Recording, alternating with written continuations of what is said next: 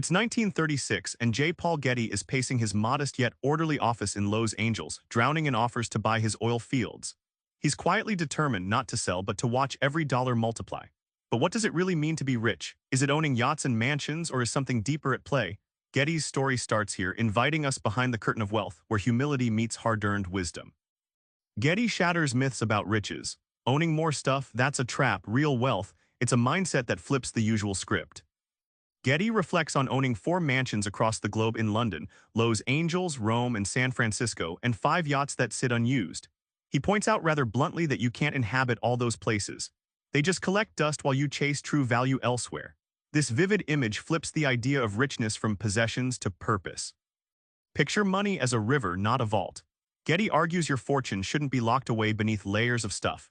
Instead, it should circulate, fueling businesses, supporting employees, and flowing back into the communities that helped you build it. This moving river feeds life everywhere it touches, rather than stagnating as a pile of unused things.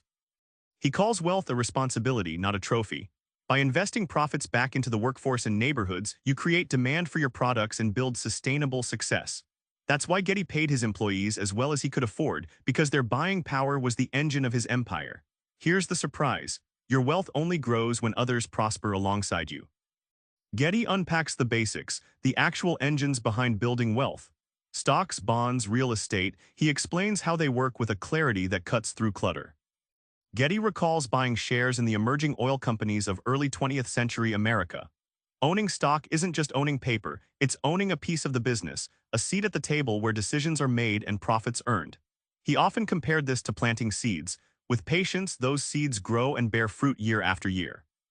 He likens bonds to lending money to a trustworthy friend who pays you interest. You slip a business or government some cash now, and they agree to pay it back with a little extra later. Unlike stocks, bonds are about steady, predictable returns, like a guaranteed paycheck rather than a speculative gamble. Getty advises caution with real estate. It can build wealth through appreciation and rentals, but it's a wild animal that demands time and attention. Sometimes it's like owning a second job, costs pile up and liquidity disappears. So owning property isn't a guaranteed formula, it's a tool to wield wisely.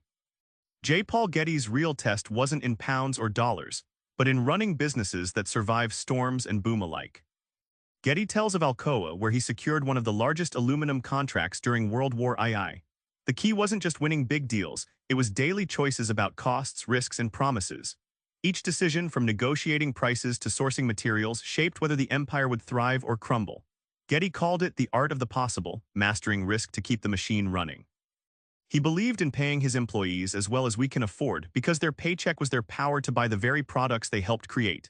It's a brilliant feedback loop. When workers have money in their pockets, sales rise, profits follow, and everyone wins. Getty unmasks a truth many CEOs miss: your workforce is not a cost but your engine. Finally, Getty insists that wealth requires reinvestment. Profits aren't trophies to stash. They are seed money for the next venture, the next innovation, the next round of community support. If you stop investing in growth, your empire begins to wither. Getty's own fortune exploded not because he accumulated, but because he constantly rewired and rebuilt his holdings.